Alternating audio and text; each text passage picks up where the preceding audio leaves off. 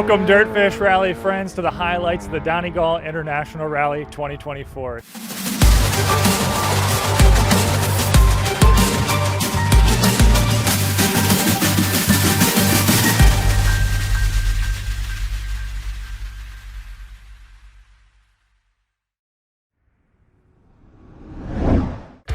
Three days of competition awaited the crews in the 2024 Irish Tarmac Rally Championship as the series headed to the Wilton Recycling Donegal International Rally.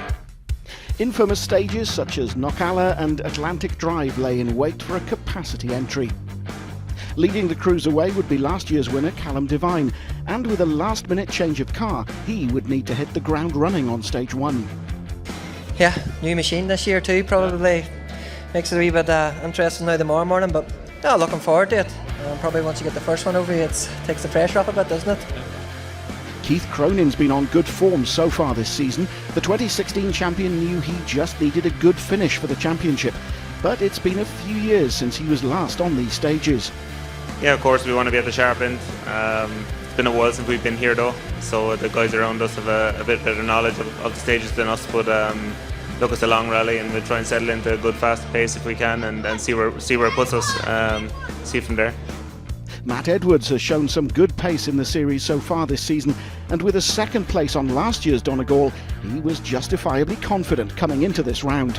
Yeah, I think things seem to go in the right way. We're making a bit of progress event by event. You know, even though we didn't necessarily win Killarney, we thought we made some progress, and you know, we've done a bit of testing before this one, and you know, we're always learning about the car and how to get the most out of them. And for me, it's been 3 years since I've been in a car regularly, and just getting back up to the speed of these boys takes some doing. Remembering how brave you've got to be. So, with 20 stages ahead of the crews, let's get out there for all of the day one action.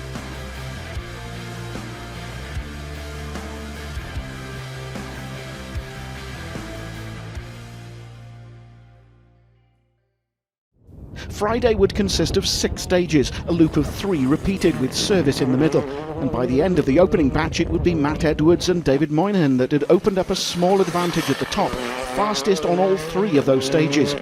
A good selection of tyres carried in the car had helped with the changeable conditions.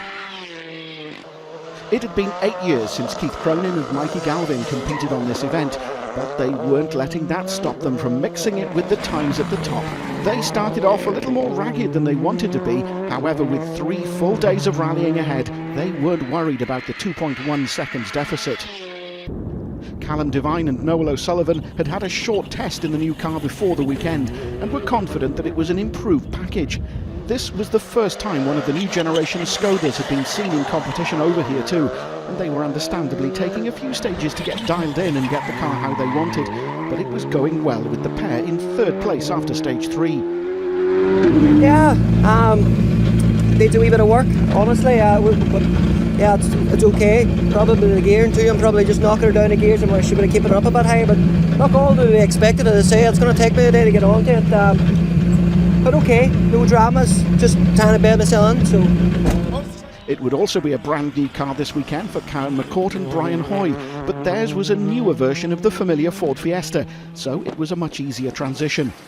They got into a good rhythm through the opening stage, but the tyres were a little too hard for the next, so 4th place for the pair for now, and with service coming up they could look at that tyre choice before the next loop. A previous winner of the event, Josh Moffat, with Andy Hayes alongside, would have a bit of an issue early on, having to manage an issue with the pop-off valve, which meant keeping the revs up a little more than usual. They got through the opening loop in 5th. In general it wasn't too bad, but the pop-off valve was blowing off just a few times, so I was just trying to manage that a bit and keep the revs up, but yeah, with a 745.9, so obviously not as quick as the boys ahead of us, but yeah, it is what it is. David Kelly and Dino Sullivan were finding a lot of bumps and jumps on the stages that hadn't looked as bad on the slow-speed recce. They were another pair to gamble on the wrong tyres, and that was the cause of an overshoot on stage 2, but apart from that it was going okay, 6th overall.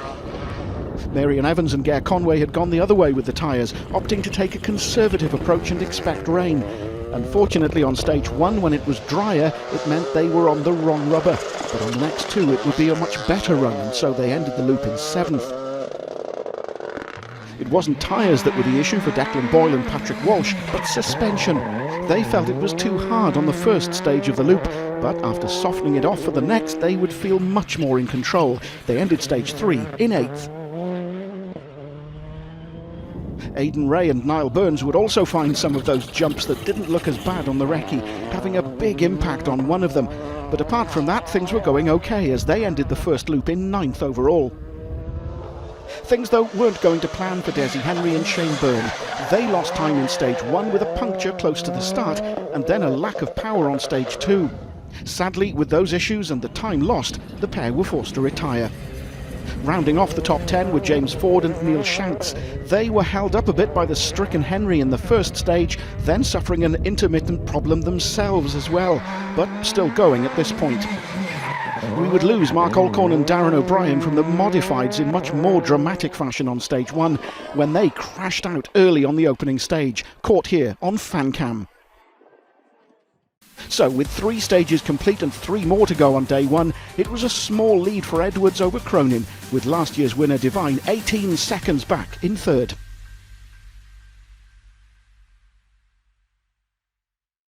On to the next stages, a repeat of those first 3, and the leaders were still Matt Edwards and David Moynihan. They had an overshoot on stage 4 though, costing them around 10 seconds, and a small trip into a ditch on stage 6. But apart from that, there wouldn't be any other dramas, and so the pair extended their lead to 12 seconds. The big news, though, would be the loss of Keith Cronin and Mikey Galvin. It was all going well, the pair setting a fastest time on stage 4, and the feeling in the car was good. But an uncharacteristic mistake would see them damage the rear suspension on the Fiesta, and so had to retire on stage 5. Callum Devine and Noel O'Sullivan were getting the setup on the car dialed in a little more as each stage passed. A fastest time on stage 5 was evidence of that. They felt that the tyre choice could have been better, but at least they were still up there challenging for the lead at the end of day 1. Kyan McCourt and Brian Hoy went out on this loop with a cut slick, but the choice definitely should have been wets. They hit a chicane on stage 5, but thankfully with only cosmetic damage they were able to continue and moved into 3rd with the loss of Cronin. Things still weren't going to plan for Josh Moffat and Andy Hayes. They had power steering problems on stage 4, but thankfully between stages they were able to make repairs and then put in some good times on the next 2 stages. They ended the day in 4th overall. Marion Evans and Gare Conway were struggling with the changing grip in the stages. This time the tyre choice was correct, but it was still hard to judge the grip. Things were still going to plan though, and they lay in 5th place, just 3 seconds back from Moffat. Things were going a little better for David Kelly and Dean O'Sullivan. They were still struggling with the tyres a little, but they were feeling much better on this second pass of the stages and ended the day in 6th. With the suspension dialed in and a much better tyre choice for Declan Boyle and Patrick Walsh, this should have been a better loop, but they were having problems with the car cutting out on the last 2 stages of the day. They would need to have a look at that in service, but for now it would be 7th for the pair. Aidan Ray and Niall Burns would be happy enough with this loop of stages. A tricky loop, but an enjoyable one. They ended the day in 8th. We saw Michael Boyle and Dermot McCafferty move up to 9th place on this loop of stages.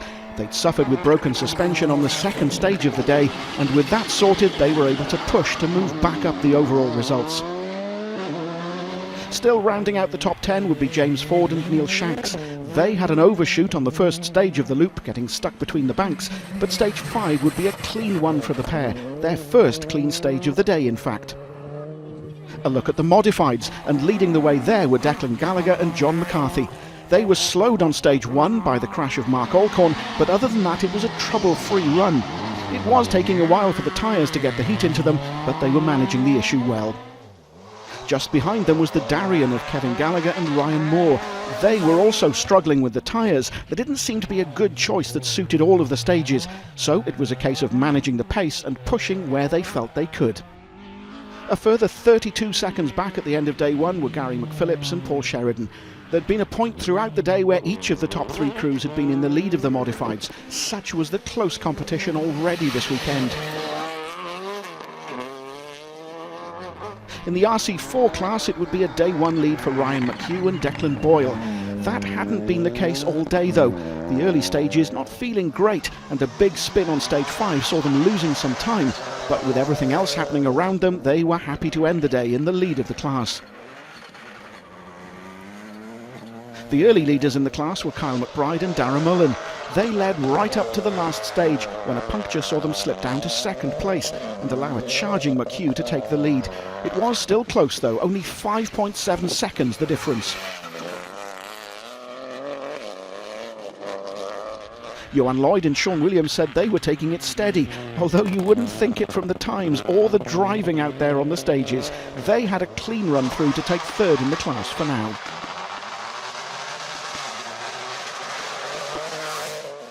So, with day 1 complete, the results at the top were all change as disaster put Cronin out of the event and Edwards extending his lead going into day 2.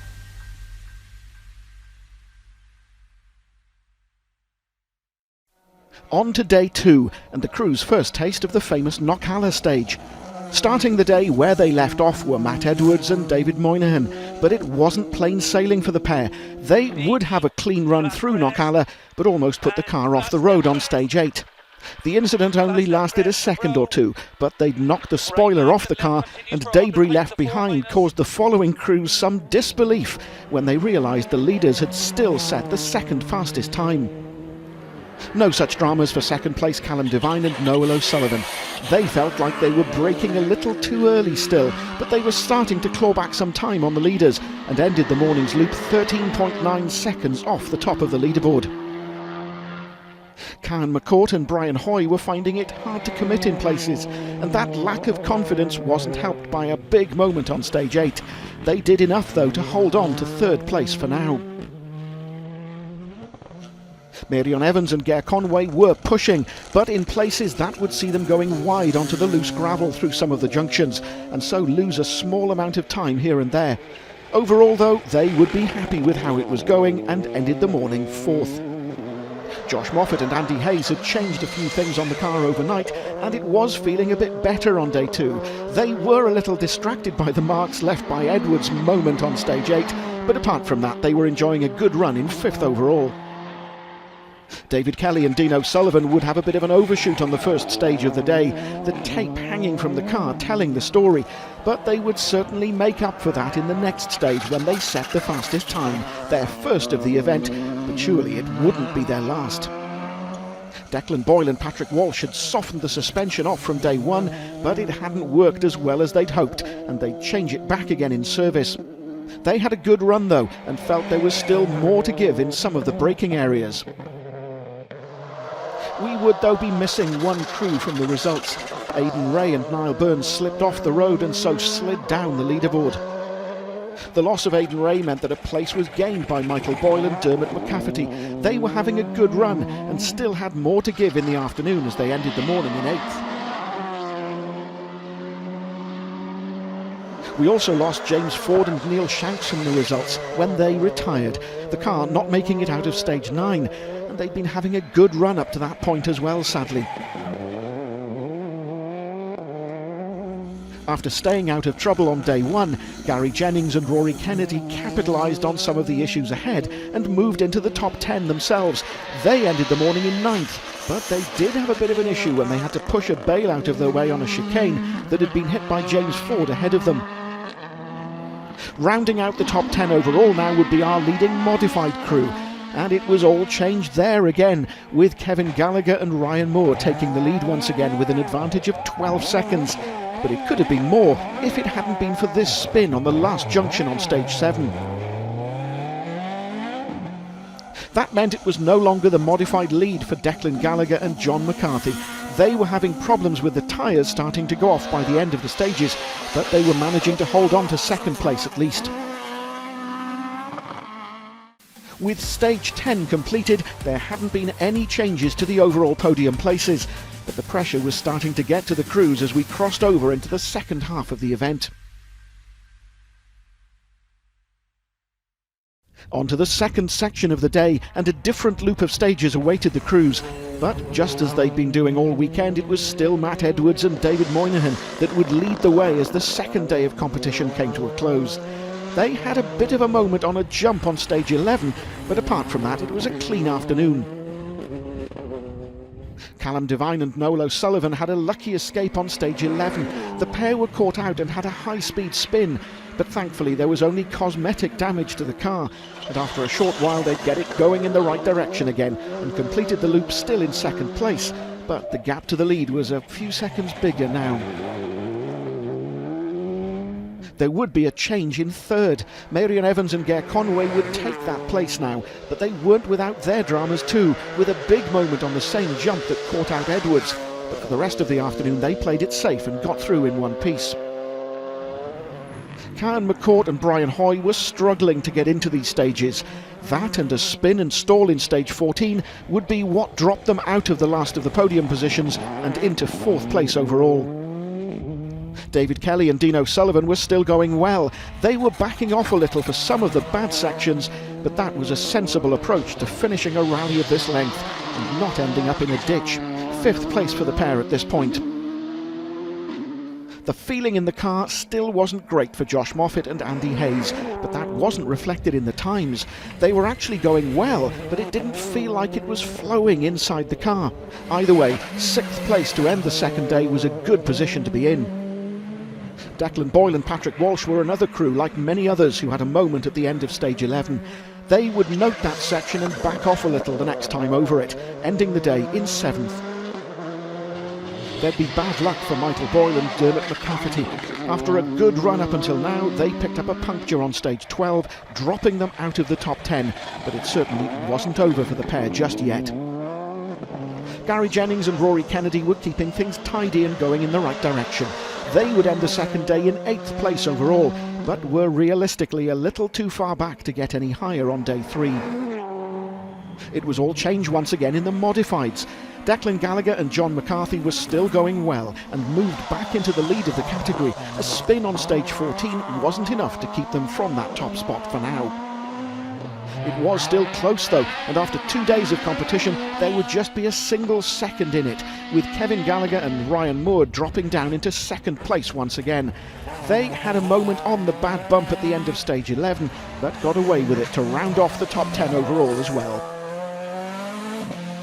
Third of the modified crews would now be Gary McPhillips and Paul Sheridan.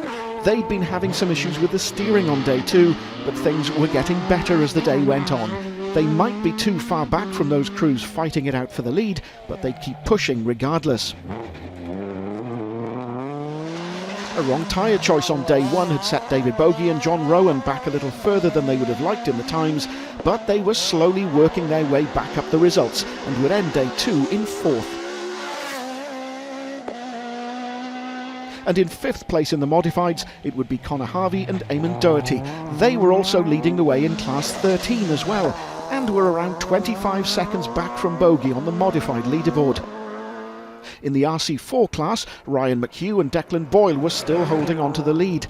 They were managing things well and keeping everyone behind them with a good advantage as day 2 drew to a close. Keelan Grogan and Ayrton Sherlock had a big moment on day 1, and it had set them back on the times a little, but now they were playing catch-up and moving the right way on the times, up to 2nd in the RC4 class now. Unfortunately, we'd lost Johan Lloyd and Sean Williams from the class early on day 2, the pair ending their event on the first stage of the day in fact. Kyle McBride and Darren Mullen also weren't having the best of luck. They'd slipped down the results on day 1 due to that puncture, but on day 2 it would be a misfire causing them some problems. Still, 3rd place in the class and only 1.9 seconds from Grogan was a good place to be going into day 3. 4th place in the RC4 class would be Matthew Boyle and Gary Byrne, a little way back from the podium placed crews at this stage, but still going well in the Peugeot. And in 5th place were Casey J. Coleman and Lorcan Moore. They were happy enough with how things were going, and with only 5 seconds to Boyle up ahead in the class, they would be up for a charge on the final day.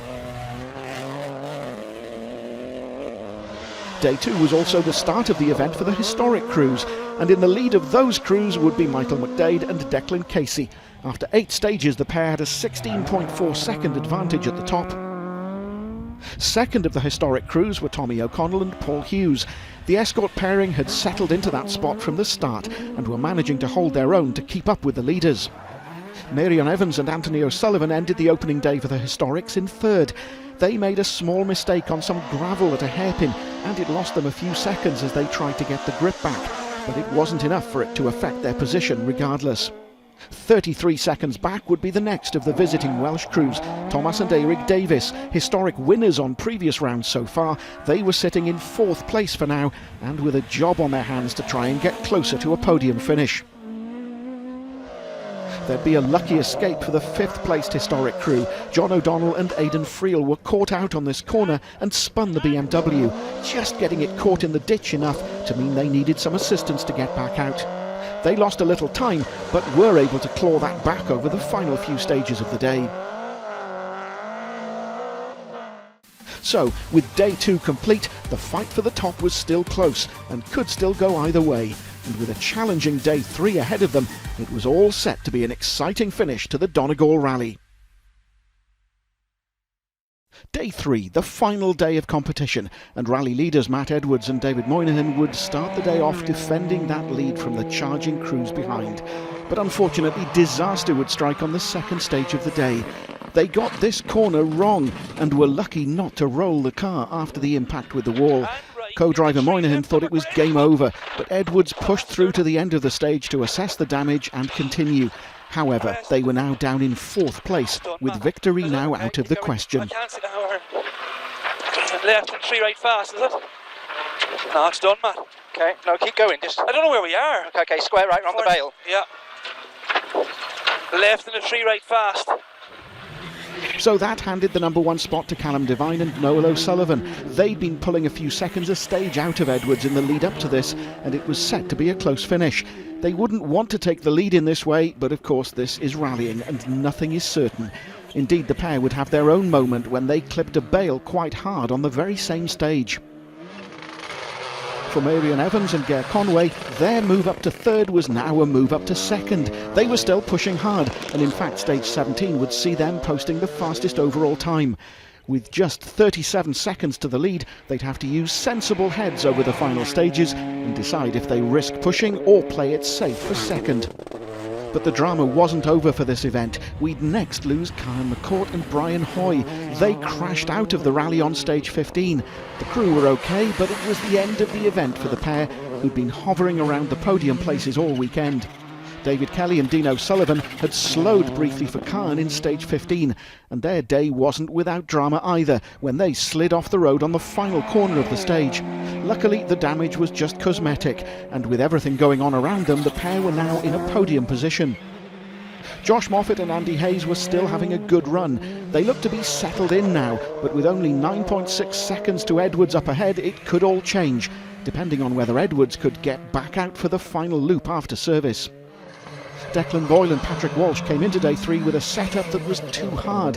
They weren't getting the heat into the tyres, and it was causing the front to lock up at times. Certainly not ideal, but they were still going well in 6th.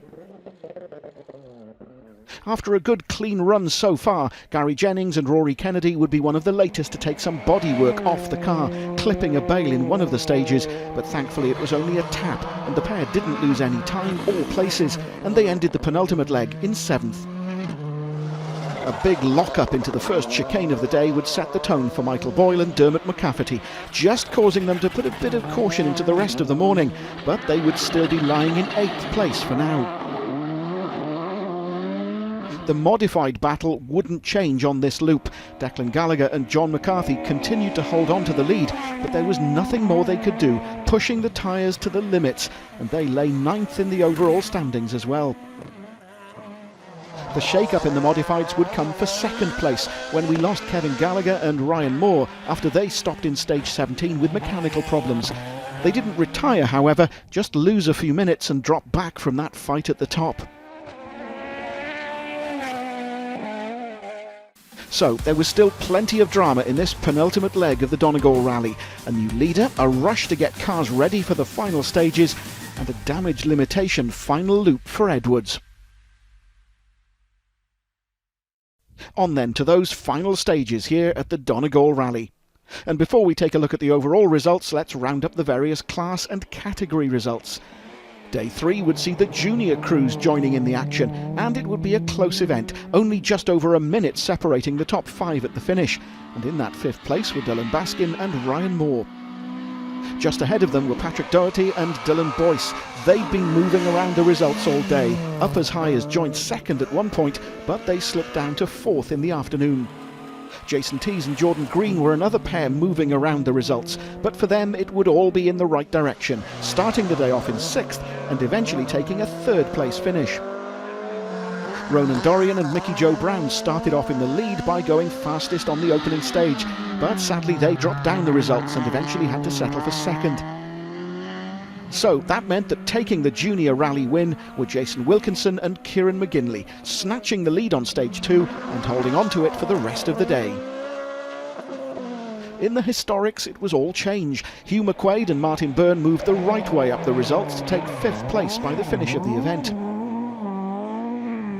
Ray Breen and Damien Morrissey did the same. They came back from a little lost time on day 1 to move up the leaderboard and into a 4th place finish in the historics in the Legacy. Thomas and Eric Davis had a slightly better day too and moved their way up a place to end the event in 3rd. Not the win they would have wanted, but still a good result for the pair. After their day 1 spin and getting stuck in the BMW, it was a much cleaner run on day 2 for John O'Donnell and Adrian Friel. They climbed up as high as 2nd place to take the runner-up spot this weekend. There was change at the top too, with day 1 leaders Michael McDade and Declan Casey ending up super rallying on day 2 and dropping down from the top of the results. So that meant it would be a delighted Marion Evans and Anthony O'Sullivan who secured victory in the Donegal Historic Rally this weekend. A quick look then at some of the class winners that don't feature in our overall results. And in Class 22, the win went to Martin O'Donnell and John Wallace with a huge advantage of over 4 minutes. Alan Brown and Mickey Donnellan had a good run to take the Class 20 win, remaining unchallenged by the end of the event. Things were a little closer in Class 15, but for Jim McDowell and Shona Hale, it would still be a 5-minute advantage at the top of the class at the finish. The Class 12 battle was seriously close, with Adrian Cannon and Ivor Hernan being the crew to take the win, but there would only be 1.4 seconds in it over 2nd place Vincent Collins. In the 11R class, it would be victory for Anthony Hand and David McCrudden, taking the win by just over 2.5 minutes in the escort. And it would be a similar lead at the finish in the 11F class as well, Gavin Russell and Daniel Callahan taking the top spot in the class in the Civic. Edward and Ellie Cogan had an unchallenged run to a class victory. They were the only ones in the class to finish without Super Rally, so the Class 10 win was theirs. And it was a similar story for Jason Mooney and Dara Bonner, the only crew to finish with a clean run in Class 9 to take that win. In the RC3 class, it was victory for Brendan Comiskey and Arthur Kierans. They stayed out of trouble to take the win by just over 3.5 minutes at the finish. In the RC4 class, there wasn't much of a change over the final stages. Casey J. Coleman and Lorcan Moore were close to fighting to move up another place, but too hard a tyre would prevent them from pushing as hard as they could, so 5th place in the class would be theirs. That meant that 4th place was safe for Matthew Boyle and Gary Byrne.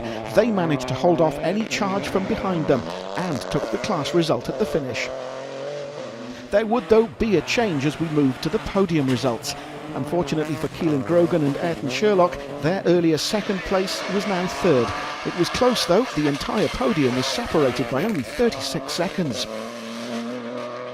Kyle McBride and Darragh Mullen managed to get themselves back up the order on the last day, not quite into the lead, but 2nd place was still a terrific result, and they had to be happy with that, given their issues throughout the event. But taking the win, another to add to the tally for the season, were Ryan McHugh and Declan Boyle. They reached the finish after 2 hours and 31 minutes of competitive driving, victorious at the end by just 17 seconds after a great battle in this highly competitive class all weekend. On to the modified and overall results, and in 5th place in the modifieds were Connor Harvey and Eamon Doherty. They remained in that place and kept hold of the Class 13 lead too, but their day wasn't without incident, clipping a bail on one of the earlier stages on the final day. David Bogie and John Rowan had come into day 3 with some gearbox issues in the earlier stages. They got it sorted in service though and headed back out for a good run to the finish, taking 4th in the modifieds. David Moffat and Martin Connolly had a great run on day 3, moving up a few places on the results to end the day with 3rd in the modifieds and 14th overall. Gary McPhillips and Paul Sheridan were just getting through now. A close call earlier in the day showed just how easy it could be to throw it all away. They managed their pace and got to the finish to secure that 2nd place. And for the modified leaders Declan Gallagher and John McCarthy, it would eventually be the win. They kept hold of that place throughout the day to spray the champagne back in Letterkenny. A great end to what had been a tough event. The Mountain spraying the champagne. I thought I slipped away again. Yeah. But unfortunate for Kevin, it is trouble. But we had a clean sheet going in this morning, and Kevin just blew us away in the first 2 stages. But unfortunate for him, he had his problems, and I thought it was God and us too, to be honest. Back to the overall leaderboard, and there was a place gained for Gary Jennings and Rory Kennedy. They took 7th place to end their event, and being in a right-hand drive Fiesta meant they also took the class win. Sadly, we would lose Declan Boyle and Patrick Walsh from the top of the results. Electrical issues saw them stop in stage for a few minutes and so dropped right down the order. That left it up to Michael Boyle and Dermot McCafferty to uphold family honours. They had a good run through the final day to end the event in 6th overall.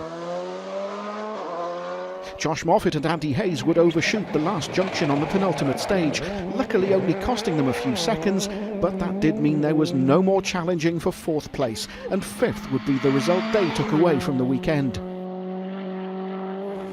For Matt Edwards and David Moynihan, it was all about damage limitation. The team back in service had got the car sorted and back out again for the final loop, and the pair were at least able to come away with 4th place.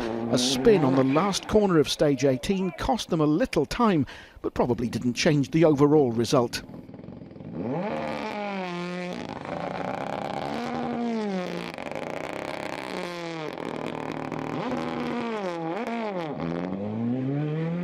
In one of the drives of the rally, the final step on the podium went to David Kelly and Dino Sullivan.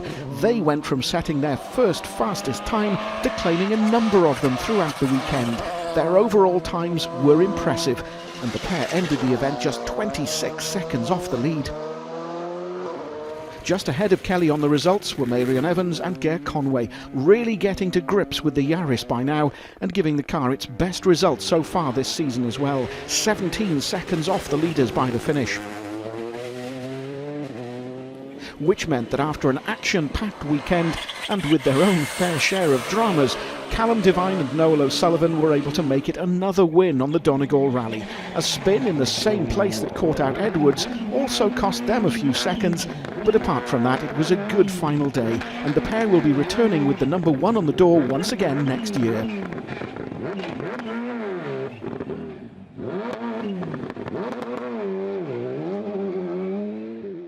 So, as our coverage of the 2024 Wilton Recycling Donegal Rally draws to a close, let's take a quick look at how those final overall results were decided. What's the feeling like coming down the road in the car? Because you had a bit of a trip now coming from Fanel down here today. What was going through your head? Oh, I'm just very happy that it actually paid off and we got to him. Obviously, we changed the car very last minute, so we did, and he says, right, let me see if we can make this work, obviously, and yeah, big thanks to all these boys, the team. Hey, it's given a lot of work to do so late on to try and make this happen, and yeah, to get the result, obviously. It was a bold move to do that, to change the car. Yeah, it was a bold move. Like, wasn't nothing wrong with the pole. Like, we won our last rally in the polo, so yeah, it was a bold move, but absolutely delighted it paid off anyway. Next up for the crews in the Irish Tarmac Rally Championship is the Modern Tyres Ulster Rally. A sprint by comparison, but no less of a challenge. We'll be there to bring you all of the action, so we'll see you in a few weeks' time in Newry. Thanks for watching, and goodbye.